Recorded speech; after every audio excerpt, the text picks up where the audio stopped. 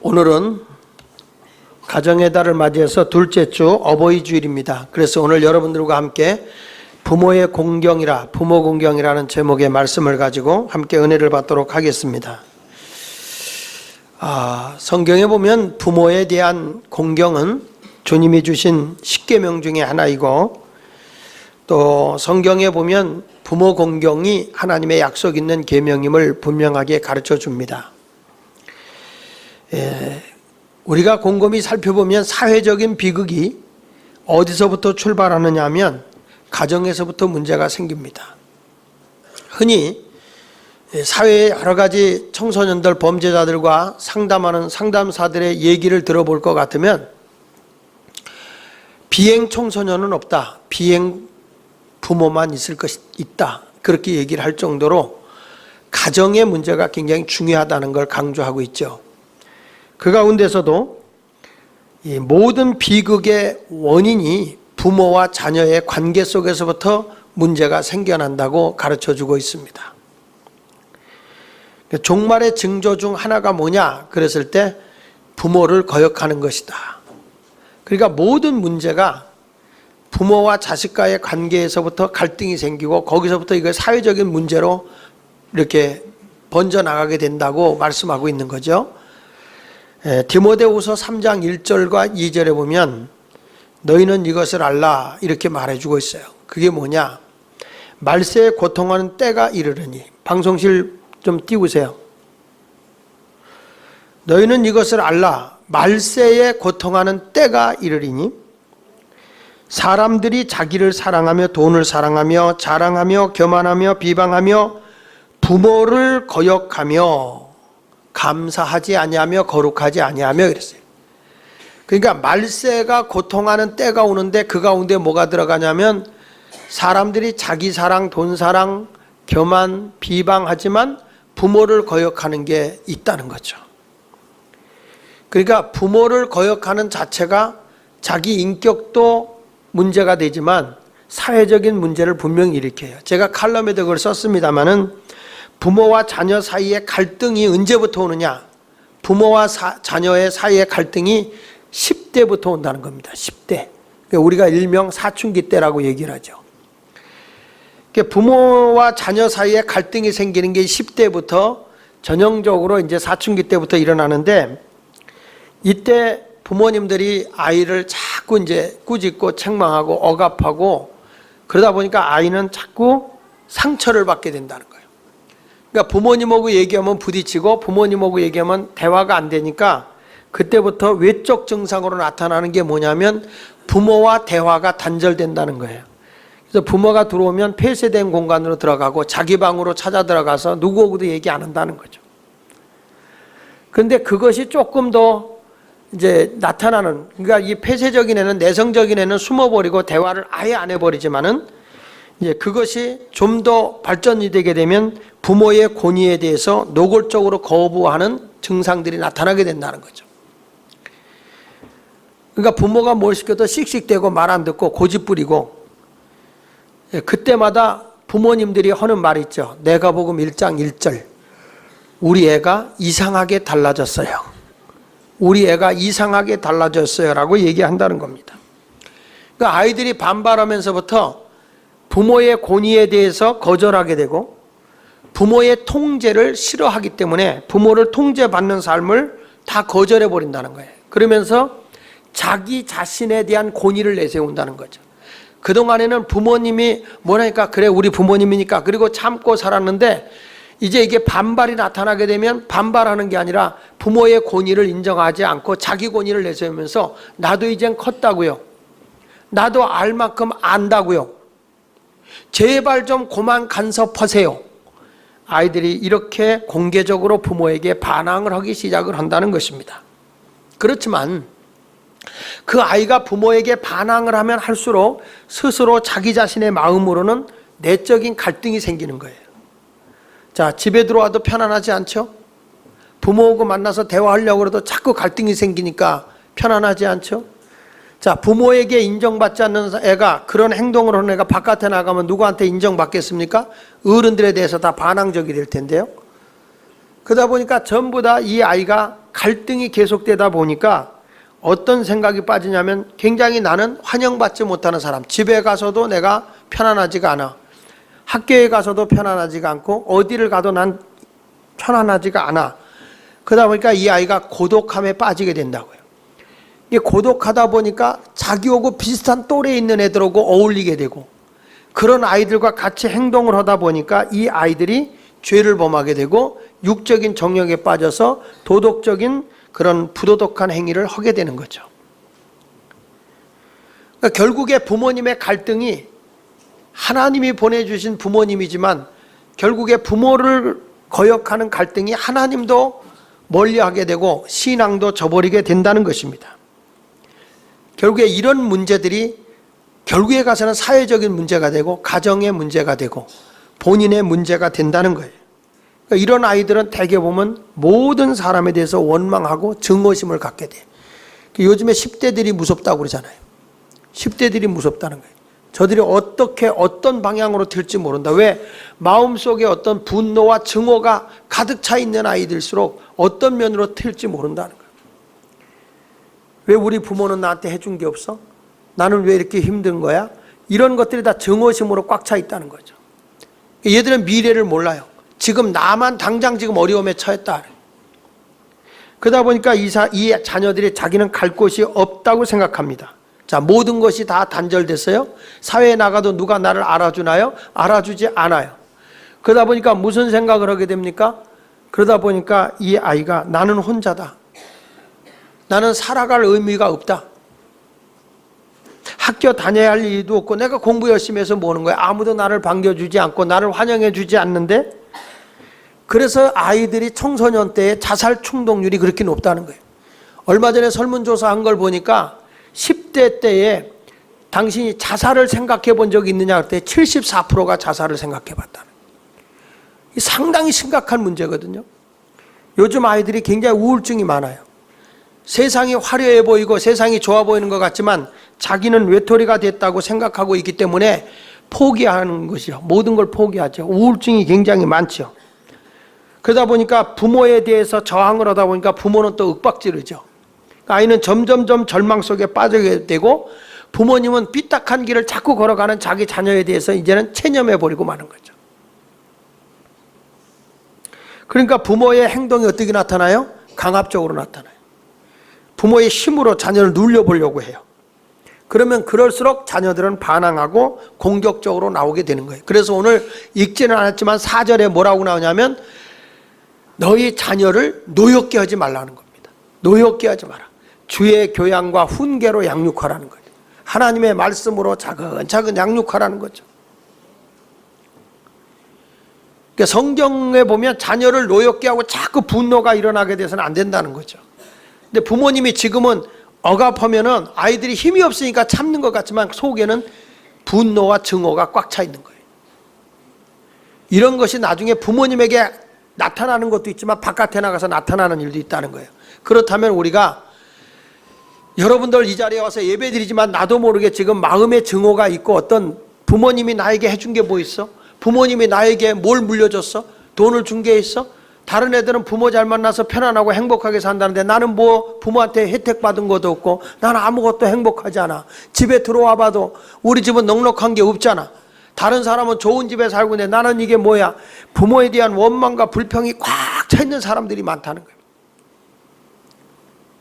여러분, 그런 것은 잘하는 게 아니에요. 하나님은 내 인생을 나에게 살아갈 수 있도록 돕는 분이세요. 그래서 그렇다면 성경은 부모에 대해서 우리가 어떻게 해야 되냐, 모든 문제의 발단이 자녀와 부모의 관계에서부터 생겨나기 때문에 성경은 어떻게 자녀들이 부모를 공경해야 되느냐 하는 얘기를 해주고 있는 거죠. 오늘 그 내용을 가지고 함께 은혜를 받으려고 합니다. 첫째로 부모 공경은 주님을 기쁘시게 하는 일입니다. 따라합시다. 부모 공경은 우리 주님을 기쁘시게 하는 일이다. 여기 1절에 보니까 자녀들아 그렇게 말해요. 자녀들아, 주 안에서 6장 1절에 보니까 주 안에서 너희 부모에게 순종하라. 이것이 뭐다? 옳으니라. 주 안에서 부모에게 순종하라. 그 말은 무슨 얘기야? 내가 예수 그리스도를 믿고 새로운 피조물이 된 그리스도인이라면, 내가 예수 믿고 새롭게 변화된 사람이라고 한다면 이제부터 뭐냐? 부모에게 순종해라. 그래야 내가 주님을 기쁘게 하는 것이라는 거예요. 골로새서 3장 20절에는 이렇게 말하거든요. 다 같이 읽어봅니다. 시작. 자녀들아 모든 일에 부모에게 순종하라. 이는 주 안에서 기쁘게 하는 것이다. 자녀들이 부모에게 순종하면 부모도 기쁘지만 주 안에서 바로 기쁘게 하는 것이다. 우리 주님도 기뻐하는 일이에요. 저는 여러분들이 어떤 사람이 되느냐, 부모에게 순종하라. 누구들에게 한 거냐, 자녀들아, 그렇게 말했거든요. 자녀들아. 이 자녀들이라는 말을 원문에서 찾아보면요, 헬라어로 테크난이라는 말이에요. 테크난. 테크난이라는 뜻은 복수의 뜻을 가지고 있는데 갓 출생한 아이로부터 어른이 된 사람까지를 얘기하는 거예요. 한번 따라해 봅시다. 갓 출생한 아이로부터 어른이 된 사람 모두. 그러니까 우리는 이런 얘기잖아요. 어렸을 때는 뭐 부모님의 말에 잘 들을 수 있죠. 근데 어른이 되고 결혼하고 나면 나도 애 키우고 나도 가장이다 이거예요. 나도 한 가정을 가지고 있다 이거예요. 그러니까 부모님 돌볼 시간이 없다 이런 말을 하는데 성경은 그게 아니에요. 갓 태어난 어린이로부터 시작해서 내가 어른이 되어 가장이 되고 내가 살림을 가지고 자식을 키워도 내 부모는 부모라는 거예요. 그러니까 부모에게 뭐 하라는 거예요? 순종하라는 거예요. 순종. 여러분, 이것이 바로 우리 주님을 기쁘게 하는 일인 줄로 믿습니다.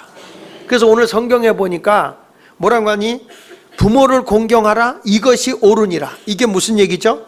우리가 마땅히 행해야 할 자연의 질서가 부모 공경이라는 거예요.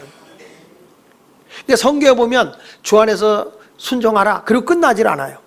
이것이 옳다. 옳다. 이것이 옳으니라. 이건 뭐냐면 절대적 가치를 강조한 거예요. 이건 아주 중요한 거다. 내 부모를 공경하는 것은 아주 중요한 것이다.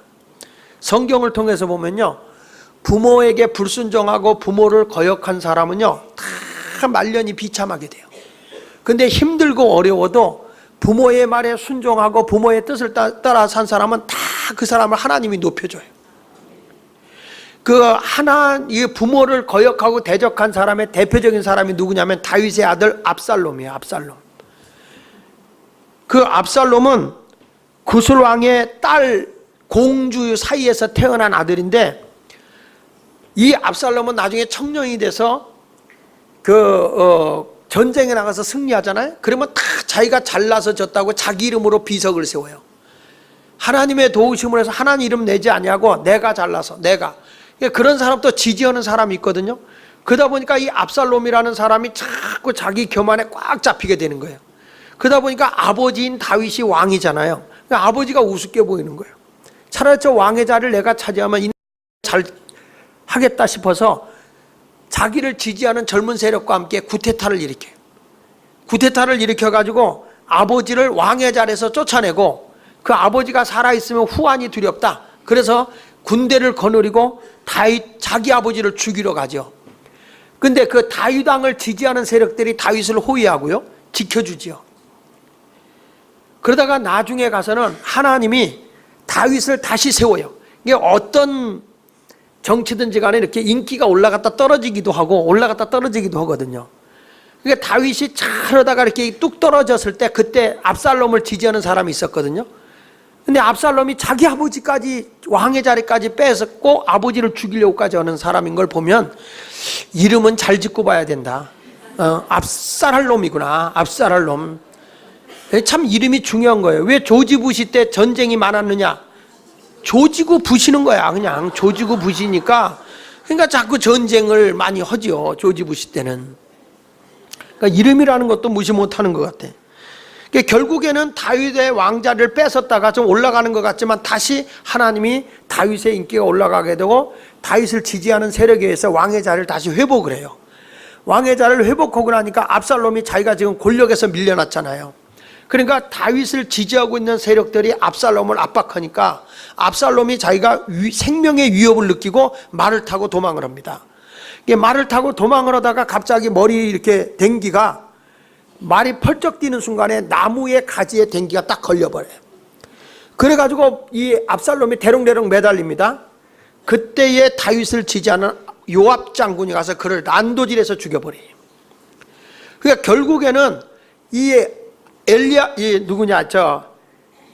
압살롬이라고는 이 압살롬이 아버지를 갖다가 그렇게까지 죽이고 아버지를 쫓아내려고 하고 자기 합리화를 시키려고 했지만 결국에 그 인생은 젊은 나이에 요절하고 마는 거예요. 비참한 인생이 되고 만 거예요. 그렇지만 부모를 존귀 여기고 부모님을 소중히 여기고 부모님의 말씀을 따르는 사람으로 성공한 사람이 누구냐면 요셉입니다. 요셉. 요셉이라는 사람은 형님들의 미움을 많이 받아요. 요셉이 아버지 사랑을 많이 받다 보니까 형님들의 미움을 그렇게 많이 받아. 그래서 형들이 요셉을 어떻게 하냐면 모함을 해가지고 죽었다고 하고 팔아버려요.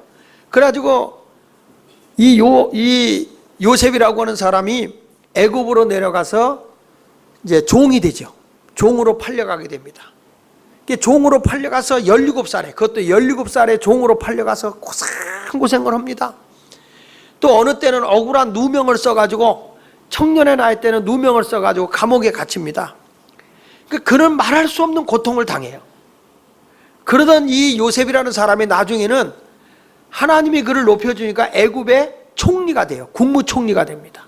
국무총리가 돼서 얼마나 나라를 번성시켰는지 그 나라에 요셉이라는 사람이 아주 하늘 높은지 모르고 높았어요.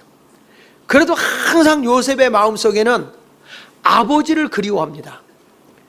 근데 전국에 흉년이 들었을 때 요셉에게 자기 형제들이 양식을 구하러 오잖아요. 애굽으로. 그 양식을 구하러 왔을 때 형제들은 그 양식을 아버지를 위해서 보내주고 다 봉양을 합니다. 그리고 나서 나중에 자기의 아버지는 물론이거니와 그 형제들까지 다 모셔다가 애굽 땅 고센 땅이라는 기름진 땅에 그들을 모시고 그들이 거기서 행복하게 살게 합니다. 근데 보십시오. 사람이요 스스로 자기가 자수성가하면요 부모도 이웃도 친척도 안 봐요. 내가 잘나서 성공했다고 생각하기 때문에 모든 사람을 거들떠보지도 않아요. 근데 요셉이라는 사람은 17살에 혼자 애굽의 노예로 팔려가서 보디발의 가정에서 정말 아주 고생해가지고 그가 성공해서 애굽의 총리가 되었을 때 자기만이 아니라 자기 부모님은 물론이지만 형제들까지도 다 봉양하는 거예요. 성경 창세기 47장 12절에 보면요, 우리 창세기 41장 12절에 이렇게 말씀하고 있습니다. 또 같이 읽어봅니다. 또 그의 아버지와 그의 형들과 그의 아버지의 온 집에 그 식구를 따라 먹을 것을 주어 봉양하였더라. 자기를 노예까지 팔아버린 그 형제들까지도 봉양하는 거예요.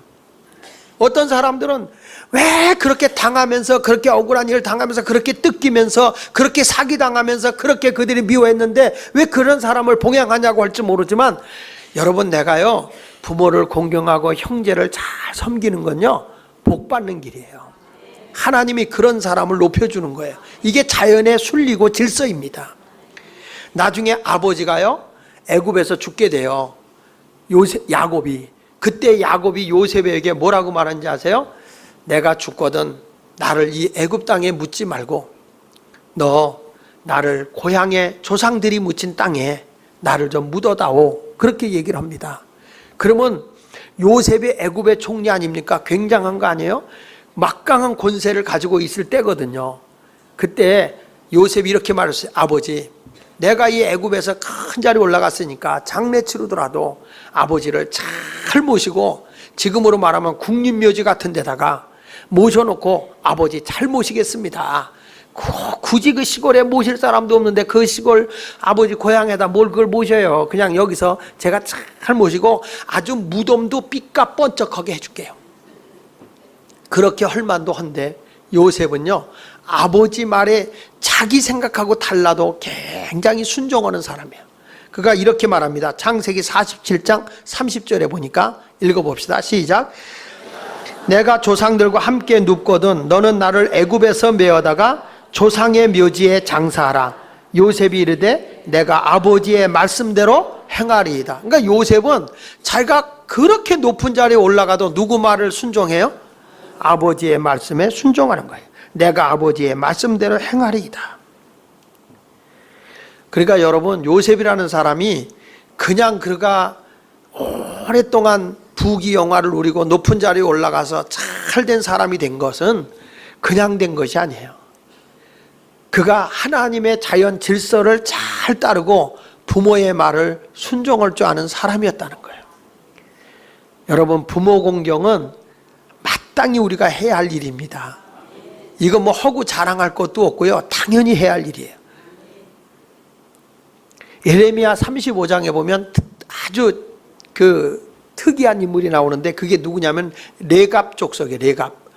예레미야 35장에 보면 그 레갑 족속인데, 레갑 족속은 원래는 그 겐 족속으로 모세의 장인 르우엘이 속하였던 미디안 족속 중에 하나입니다. 근데 이들은 나중에 이스라엘과 하나가 되어서 이제 유다 나라 남쪽에서 살던 사람들이거든요. 그래서 성경에 사사기 1장 16절에 보면 모세의 장인은 겐 사람이라 이렇게 말해요. 모세의 장인은 겐 사람. 이게 이 겐 사람의 후예들이 바로 레위 족속이거든요. 레갑 족속. 근데 이 레갑 족속은요, 특이한 게 뭐냐면 이들은 아주 금욕적이고 탈세속적인 생활을 해요. 그의 조상인 요나답이 뭐라고 말하는 거니? 절대 우리는 포도주를 마시지 마라. 우리의 후손들에게 부탁하는 거예요. 포도주를 마시지 마라. 두 번째 가서는 너희가 집도 짓지 말고 땅에다가 종자를 심어 파종 농사도 짓지 말고 포도원을 소유하지도 말고 너희는 장막, 천막을 짓고 살아라. 이게 아버지가 그의 조상인 요나답이 자손들에게 한 얘기예요. 그런데 이 자손들이 그대로 아버지의 말대로 삽니다. 근데 그 아버지가 그런 말을 해요. 이 요나답이 무슨 얘기냐면 너희가 이렇게 살면 생명이 길다. 자, 우리 성경 말씀 예레미야 35장 6절과 7절에 보면요, 이 내용이 이렇게 나와요. 같이 읽어볼게요. 그들이 이르되 우리는 포도주를 마시지 아니하겠다. 그들이 이제 뭐 누구냐면 레갑 족속이요. 레갑 족속, 우리는 포도주 안 마시겠습니다. 왜냐? 읽어보세요. 레갑의 아들 우리 손조 요나답이 우리에게 명령하여 이르기를 너희와 너희 자손은 영원히 뭘 마시지 말며 포도주를. 누가 한 얘기야? 그의 조상이 한 얘기야. 요나답이 하지 말며, 그 다음에 뭐라고 했어요? 너희가 집도 짓지 말며 파종도 하지 말며 포도원을 소유하지도 말고 너희 평생 동안에 장막에 살아라. 장막은 천막이에요. 천막에 살아라. 그리하면 너희가 머물러 사는 땅에서 너희 생명이 길리라. 여러분, 왜 이렇게 하는데 생명이 깁니까? 그 이유를 알게 보면 이 레갑 족속은요, 국가가 없어요. 그러니까 유목민이에요. 그러니까 뭐 이 양이나 염소 이런 것들을 가축을 키우면서 떠돌아다니면서 사는 사람들인데, 만약에 이 사람들이 포도주를 마시면, 술을 취하면 사람이 만용을 부리기가 쉬워요. 그러면은 적대감을 갖게 되고 부끄러움을 당하게 된다는 거죠. 술에 취하면. 그러니까 우리나라도 지금 박근혜 대통령에 같이 갔던 한 인간이 지금 술 마시고 만용을 부리는 바람에 지금 이분이 대통령이 미국 방미해가지고 많은 업적을 했어. 그게 나오지도 않아. 다 윤창중이가 뭐 히프를 만졌냐 쳤냐 뭐 이런 얘기, 이런 거 가지고서 막 지금 나오잖아요. 이게 뭐냐면 자기가 술 먹고 이제 만용을 한 거죠. 만용을 한 거죠. 이런 것들이 다 사람에게 적대감을 갖게 되니까 절대 너희들은 포도주를 마시지 마라. 그리고 나라가 없는 곳에 사는 너희들이 집을 짓고 한 세력을 형성하게 되면 적이 생긴다. 농사 짓고 이렇게 하는 거 하지 말고 그냥 너희들은 떠돌이같이 살아라. 이게 뭐냐면 생존을 위한 지혜의 삶이에요. 그러니까 한마디로 말하면 이 사람들이 넉넉하게 살지 못하는 거예요. 힘들게 살 수밖에 없는 거잖아요. 그런데 이 사람들이 어떻게 사냐면 그 자손들에 보니까 예레미야 35장 14절에 보니까 이렇게 말해요. 그러니까 하나님이 하시는 말씀, 예레미야 선지자를 통해서 레갑의 아들 요나답이 그의 자손에게 뭐라고 그랬어요? 포도주를 마시지 말라 한 그 명령은 저들이 지키고 있다는 거예요. 그 조상의 말, 그 부모의 말을 절대적으로 지키고 있다는 거예요. 그런데 뭐라고 했어요? 그런데 그들은 그 선지의 명령을 순종해 오늘까지 마시지 아니하거늘 내가 너희에게 말하고, 여기서 내가 누구냐면 하나님이에요. 하나님이 너희에게 말하고 끊임없이 말하여도 너희는 내게 순종하지 아니한다. 하나의 레갑 족속은 자기 부모가 한 말을 저렇게 순종하는데 이스라엘 백성들은 어찌 하나님의 말씀에도 순종하지 않느냐. 그것을 레갑 족속을 끄집어내면서 지금 예레미야 선지자를 통해서 하나님이 말씀하는 거예요. 그러면서 하나님이 이렇게 말해요. 그러면 부모의 말을 잘 듣고 순종하는 이 족속은 어떻게 되느냐. 예레미야 35장 19절에 하나님이 이렇게 약속을 해요. 자, 읽어봅시다. 시작. 그러므로 만군의 여호와 이스라엘의 하나님께서 이와 같이 말씀하시니라. 레갑의 아들 요나답에게서 내 앞에 설 사람이 영원히 끊어지지 아니하리라 하시냐. 레갑의 아들 요나답에게서 내 앞에 설 사람, 하나님 앞에 설 사람이 절대로 끊어지지 않는다. 이 말은 무슨 얘기죠? 하나님께서 내가 레갑의 후손들을 내가 인정하고 내가 레갑의 후손들을 전능하신 하나님이 책임져서 저들을 높여줄 거다. 이런 얘기예요. 레갑의 자손들이 부모의 말에 순종하고 레갑의 자손들이 부모 말을 잘 따랐더니 하나님께서 저들을 높여주겠다는 거예요. 역사적으로 보더라도 여호와를 경외하며 하나님을 진실로 잘 섬기는 자들에게는 우리 하나님께서 이렇게 놀라운 복을 약속하고 있는 거예요. 여러분, 내가 부모를 순종하고 산다고 하는 것에 대해서 그것이 뭐 당연한 것임에도 불구하고 뭐 잘하는 거다. 물론 잘하죠. 그러나 하나님을 기쁘게 하는 것이기 때문에 여러분들에게는 하나님께서 그 질서에 의해서 복을 주실 줄로 믿습니다. 제2의 성경이라고 불려지는 탈무드, 유대인들이 교훈집으로 읽혀지는 책이죠. 그 탈무드에 보면 이런 내용이 있습니다. 하나님을 중심으로 율법을 가리키는 랍비인 요시아라는 그 랍비가 있는데 이 사람이 하루는 잠을 자다 꿈을 꿉니다. 꿈을 꾸는데 하나님께서 뭐라고 음성을 들려주는 거 아니, 내가 이 다음에 천국에 가면 바로 너는 레네스라고 하는 푸죽간 주인 곁에서 내가 살게 될 거다. 이렇게 주님의 음성을 들어요. 이 사람이 꿈을 꾸면서. 근데 그 당시에 이 푸죽간에서 일하는 사람을 사람 취급하지 않았거든요. 유대인들이.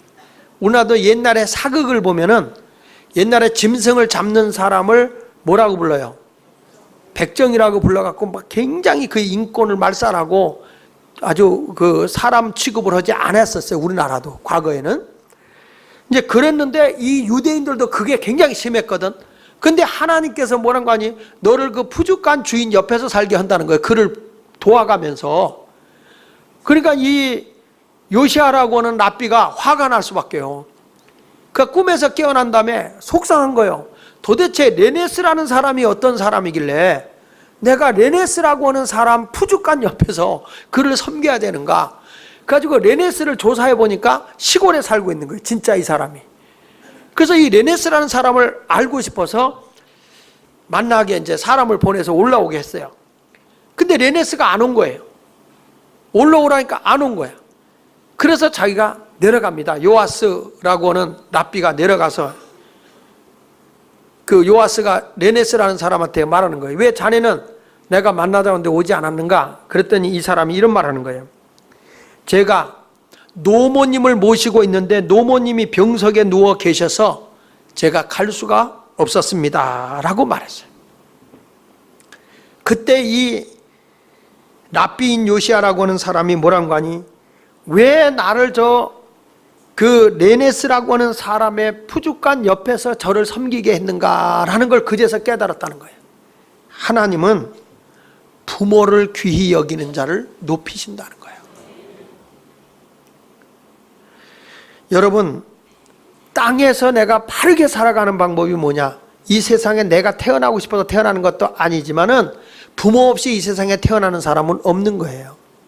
근데 우리는 부모님이 나보다 배움이 없고 부모님이 나보다 똑똑하지 않다 그러면 부모를 너무 무시하는 거예요.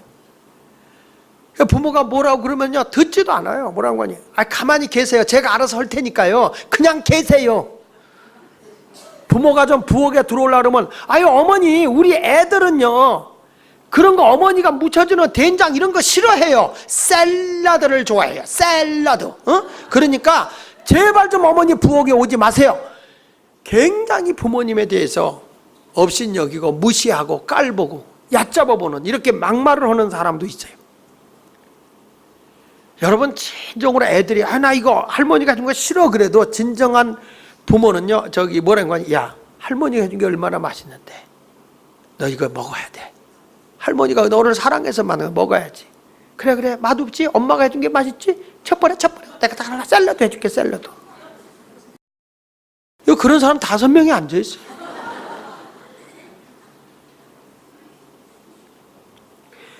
그래서 우리 하나님께서 질서를 지키면서 결론적으로 한 얘기가 뭐냐면 부모 공경은 약속이다. 약속 있는 첫 계명이다 그랬어요. 이 에베소 6장 2절 3절을 보니까 보십시오. 시작. 내 아버지와 어머니를 공경하라. 이것은 약속 있는 첫 계명이니 이로써 내가 잘되고 땅에서 장수하라. 분명히 성경에 말하잖아요. 여기서 첫 계명이라는 게 뭐예요? 하나님이 우리에게 주신 10계명 가운데 1계명, 2계명, 3계명, 4계명, 5계명, 6계명, 7계명, 8계명, 9계명, 10계명이거든요. 10계명에서 첫 계명이 뭐예요? 나 외에 다른 신을 섬기지 말라요. 근데 왜 여기서 이게 첫 계명이어야 돼요? 이거는 1계명부터 4계명까지는 하나님에 대한 계명이에요. 근데 5계명부터 10계명까지는 인간 대 인간에 대한 관계성에 대한 계명이에요. 근데 사람이 이 땅에 살면서 인간관계에서 제일 우선으로 생각하는 첫 계명이 누구냐? 부모라는 거예요. 부모. 아무리 내가 잘났어도 인간이 우리가 이 땅에 살아가면서 제일 먼저 공경해야 할 대상이 누구냐? 누구? 부모다. 부모. 그리고 이게 또 약속 있는 첫 계명이라. 다른 거는 하나님이 나 외에 다른 신을 섬기지 말라. 하늘에 있는 것 땅에 있는 어떤 우상도 만들지 말고 공경하지 말라. 이렇게 말해요. 하지 마라 또는 해라 뭐 이렇게 얘기하지만은 이 부모 공경만큼은 약속을 해요. 약속. 뭐래 약속하냐? 내가 부모에게 순종하라. 부모를 공경하라. 그러면서 약속을 걸어. 뭐냐? 그리하면 내가 땅에서 잘되고 장수한다. 이렇게 약속을 해준 계명의 첫 번째 거라는 거예요. 여러분 땅에서 잘되고 그 뭐죠? 내가 영적으로도 잘되고 질적으로도 잘되고 삶의 모든 환경이 잘 된다는 거예요. 그러면서 내가 단명하지 않고 장수한다는 거예요. 그러면 여러분 우리가 부모를 어떻게 공경하라고 그랬어요? 부모를 공경을 어떻게 해야 돼요? 방언하지 말고 확실하게 얘기해 보세요. 부모 공경을 어떻게 하라고 그랬어요? 2가지로 하라고 했어요. 2가지. 첫째가 순종이고 둘째가 공경이에요. 1절에서는 주 안에서 내 부모에게 순종하라. 2절에 가서는 내 부모를 공경하라. 이렇게 말해요. 그러니까 순종하고 공경이 없다면 이거는 위선이야, 위선. 예, 어머니 알았어요. 그럼 하나도 공경을 안 해. 뭐라고 그래 또? 어머니 밥도 안 했대요. 알았어요, 어머니. 알아서 드세요. 공경이 없어요. 이걸 뭐라고? 위선이야. 가보면 예, 어머니 하나도 부모님을 섬길 줄을 몰라. 또 이런 분이 있어요. 순종은 안 하면서 공경을 해요. 뭐라면 어머니 부엌에 나오지 마세요. 내가 밥 해다 드릴 테니까 가만히 계세요. 공경을 해. 근데 부모님이 무슨 말을 하면 간섭하지 마세요. 뭘 그걸 알라고 그러세요. 그냥 우리가 알아서 해요. 여기 그런 사람이 15명 앉아있다. 지금 15. 그렇다고 부모님을 공경 안 하는 게 아니야. 공경해. 근데 뭐가 없어? 순종함이 없어요. 이걸 뭐라고 하는지 아세요? 불순종이에요. 이거는 순종 없는 공경은 불순종. 순종은 있을 때 공경이 없는 건 뭐라고 그랬어요? 주여 까마귀 들어오고 내가 같이 있네. 위선 그건. 그러니까 순종은 잘하는데 공경이 없다. 뭐라고요? 위선. 순종은 안 하면서 공경은 잘한다? 불순종이다. 그래서 이 2가지가 잘 이루어져야 돼요. 순종과 공경이 같이 가야 돼. 그러면 순종의 실천이 뭐냐? 전 이렇게 생각해요. 순종은 부모의 권위를 인정해야 순종하는 거예요. 부모의 권위를 인정하면 부모님이 말씀하는 걸 경청하게 돼 있어요. 듣게 돼 있어요.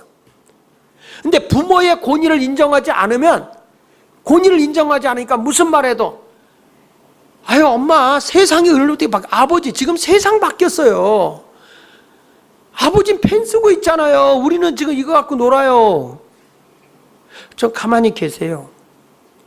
부모의 말씀을 아예 들으려고 하지 않아요. 근데 여러분 순종이 어디서부터 시작이 됩니까? 귀로 듣는 데서부터 순종이 되는 거예요. 부모의 말 한마디에도 안 들으려고 하는 사람은 무슨 순종이 이루어지겠습니까? 저는 그렇게 생각해요. 부모가 얘기할 때 그 말이 찬성을 하느냐 안 하느냐는 별개의 문제예요. 그게 옳으냐 그르냐 별개의 문제예요. 여러분 어떤 어른이 존경하는 사람이 얘기를 하면 말을 들어주는 게 예의예요. 누가 대화를 할 때 그 대화할 때 들어주는 게 윗사람이 얘기할 때 들어주는 게 예의야. 그렇죠?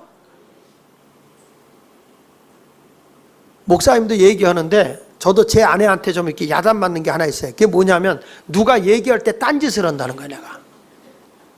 얘기할 때 귀담아 안 듣고 자꾸 얘기하는데 핸드폰 갖고 딴 얘기하고 희한해 또 누구 얘기할 때 뭐 꼭 문자가 들어와야 또.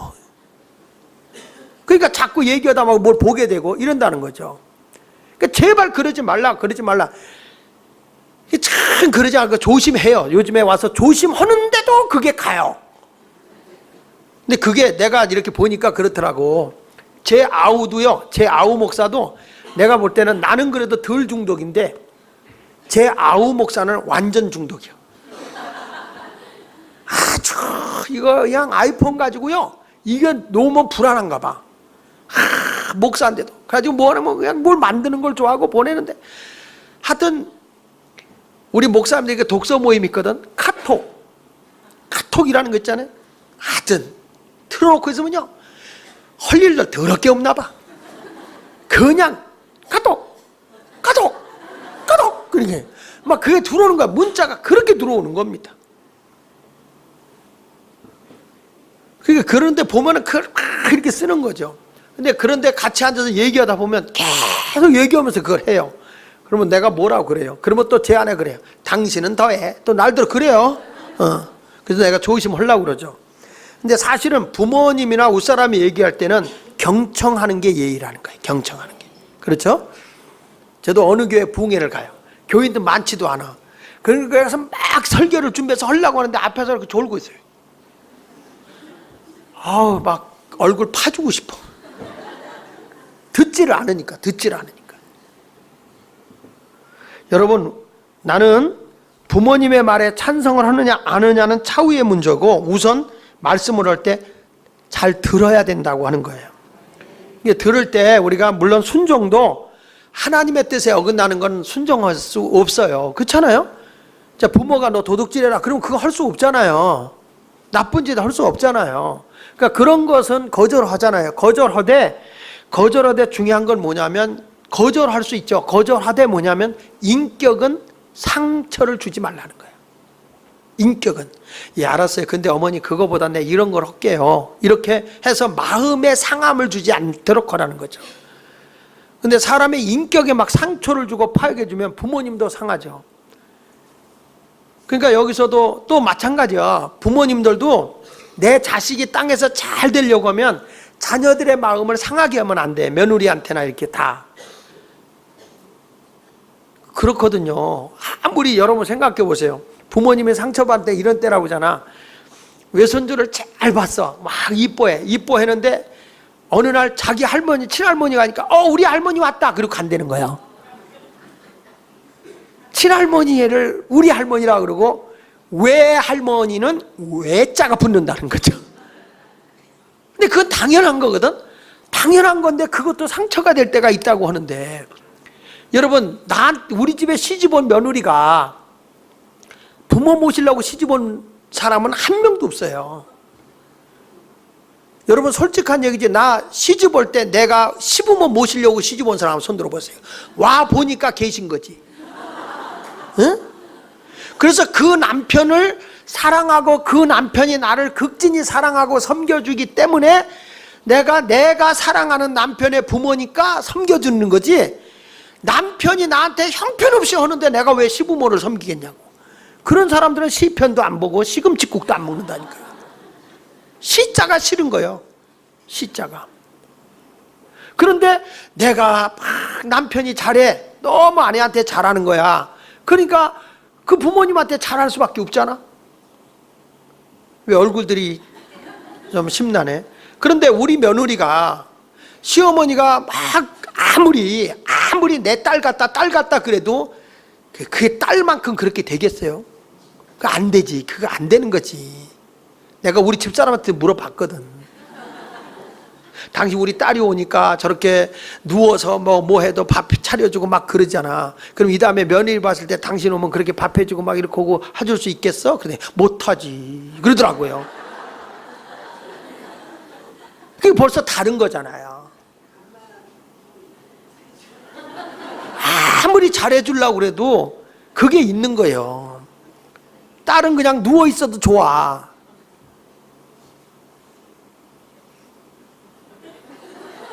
근데 시댁에서 계속 자빠져 있어봐, 며느리들이.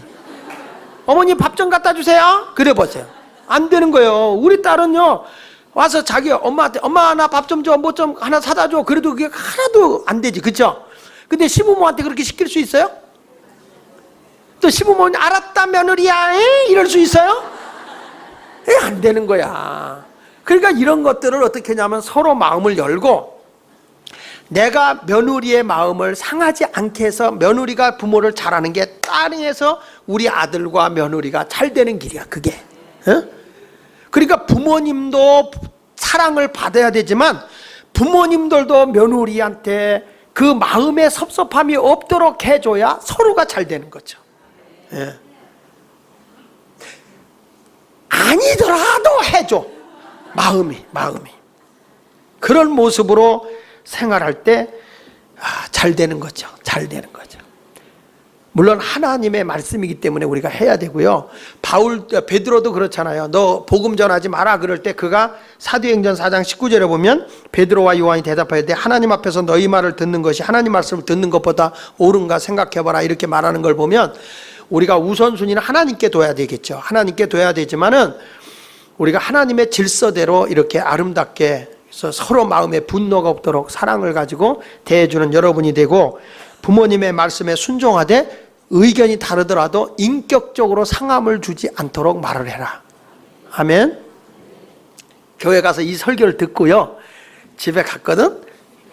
이제 며느리한테 잘해줘야지. 그리고 갔는데 며느리가 밥상을 딱 내려놓는데 어디서 점심도 못 먹고 왔어요. 그러면 탁 내려놓는데 퉁명스럽게 탁 내려놓는 거예요.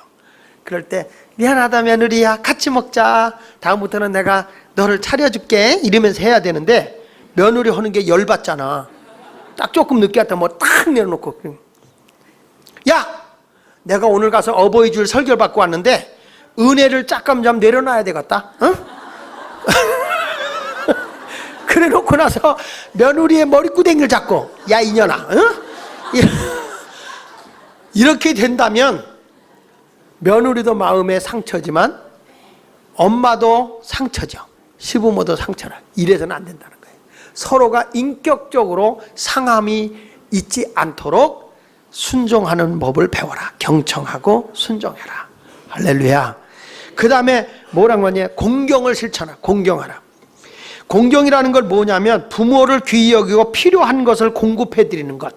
따라합시다. 공경은 부모를 귀히 여기고 필요한 것을 공급해 드리는 것. 그러니까 그거예요. 그거. 그러니까 이 마태복음 15장 4절 이하에 보면 바리새인이나 서기관들이 부모 공경하라고 하면서 자기는 부모 공경 안 하고 바리새인과 서기관들이 부모에 대해서 생활비도 안 주는 거예요. 이거에 대해서 예수님이 굉장히 이 회칠한 무덤이라고 꾸지람하거든요. 그러니까 불순종과 불공경. 그러니까 공경을 하지 않는 건 안 돼요. 필요한 것을 공급해 줘야 돼요. 부모님이 뭐가 부족하냐? 필요한 걸 우리가 공급해 드려야 돼. 할렐루야. 요즘에 부모님들이 제일 받기 싫은 거 베스트 10에 원. 뭐가 자식들에게 제일 받기 싫으냐? 1번 카네이션. 카네이션이에요. 많이 아무것도 안 하다가 어버이날이라고 카네이션 하나 꽂아서 나 실제 괴로움 다 잊으시고 평상시에는 한 거야. 아주 그 카네이션 올 때마다 뭐랄까 그 위선적인 거 그런 거에 대해서 카네이션이 싫다는 거예요. 요즘에는 오히려 부모님이 제일 요구하는 게 뭐냐? 여행이래, 여행. 가족여행. 이렇게 같이 가. 그게 일이래, 베스트 원. 현찰 주는 것도 좋죠. 그쵸? 필요한데 쓰세요 주는 거예요. 그거는 5위로 밀렸더라고, 5위로. 그거는. 왜냐하면 요즘에는 이제 또 복지에서 뭐 이렇게 또 나이가 들면은 용돈도 주잖아요. 30만 원도 주고 15만 원 주고 그러잖아? 65세 넘어가면 주나요? 60세 되면 주나요? 65세 넘어가면 주나요? 네. 근데 여러분, 그 안 받을 때가 좋은 거야. 원로 목사님 그러더라고. 60이 넘어가니까 차비도 안 받고 아무것도 안 받잖아요. 그러니까 그러더라고. 아이고, 나는 요즘에 값도 안 나가, 값도 안 나가. 그랬대. 왜냐? 값도 안 쳐주는 거야. 안 받으니까. 여러분, 내가 어디 가도 돈 받는다. 내가 값이 나가는 거예요. 지금 여기 값 안 나가는 분 몇 분이나 됐어요.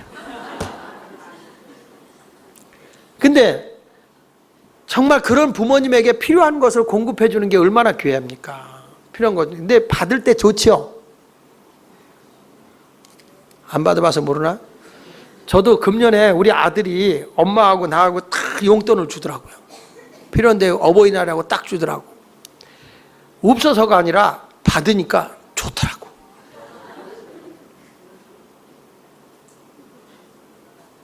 여러분 얼굴 보니까 표정이 오늘 설교 괜히 들은 것 같아.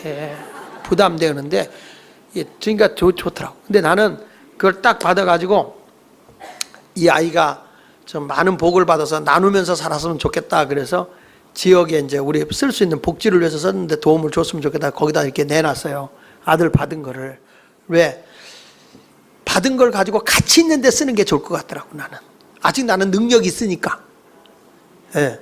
그래서 가치 있는 데서, 그러니까 우리 애들이 잘 돼서 좀 가치 있는 대로 물질을 나누면서 썼으면 좋겠다. 그런 기도하는 마음으로 나는 나눴어요. 예. 그걸 왜 나눠요? 그러면 안 되지. 예. 자식이 준 건데 네 거 내지 왜 아들 걸 내냐? 나한테 왔으면 내 거요. 예. 여러분, 정말 부모님이 뭐가 필요합니까? 필요한 거 공급해 드려야 됩니다. 부모님이 너무 누추하게 입고 사는 것도 자식이 잘하는 거 아니야. 그렇죠? 낭비하는 게 아니라 필요한 걸 공급해 드리라고. 어머니가 머리를 잘 너무 좀 이렇게 안 한다 그러면 모시고 가서 좀 파마도 좀 시키고 훅가시도 좀 넣어드리고, 좀 이렇게 해가지고 좀 해드려. 자꾸 지만 말고 지만 지탕 쳐발라가지고 말이야. 어느 때 눈물 흘릴 때 보면 난 눈동자가 터진 줄 알았어. 시커먼 물이 흘러나와가지고. 그래서 디모데전서 5장 8절에 이렇게 말하잖아요. 디모데전서 5장 8절에 보세요. 자, 시작. 누구든지 자기 친족, 특히 자기 가족을 돌보지 아니하면 믿음을 배반한 자요 불신자보다 더 악한 자니라. 여기 보세요. 누구든지 자기 친족, 특히 자기 가족을 돌보지 아니하면 믿음을 배반한 자라. 여러분들이 교회 와서 아무리 잘해도 막 와서 목사님 할렐루야 그래서 집구석을 엉망으로 만들어 놓으면 이거는 믿음을 배반한 거야. 교회 와서 주 없이 살 수 없네 그러면서 시부모 밥도 안 챙겨줘. 이거 무슨 이게 되는 거냐고요. 교회 와서 너무너무 잘하는 거야. 근데 가족에 대해서는 등한시하는 거야. 되겠어 안 되겠어? 안 돼. 믿음을 배반한. 이건 불신자보다 더 악하다는 거예요. 불신자. 다시 한번 읽어봐요. 시작. 누구든지 자기 친족 특히 자기 가족을 돌보지 않으면 믿음을 배반한 자요 불신자보다도 더 악한 자예요. 그러니까 가족에 잘해야지. 친척들에게도 잘하고 가족에 잘해야 돼. 남한테만 잘하는 사람이 있다? 진짜 그런 사람이 있어요. 남한테는 억수로 잘하고 집에만 가면 소리 질러 고래고래 술 먹고 고주 망태가 돼가지고 이거는 아닌 거예요. 여러분 어때요? 남자분들 아내한테 잘해요? 아내한테 잘해요? 예수 믿을수록 아내한테 잘해야 돼요. 아내들 남편한테 잘하세요?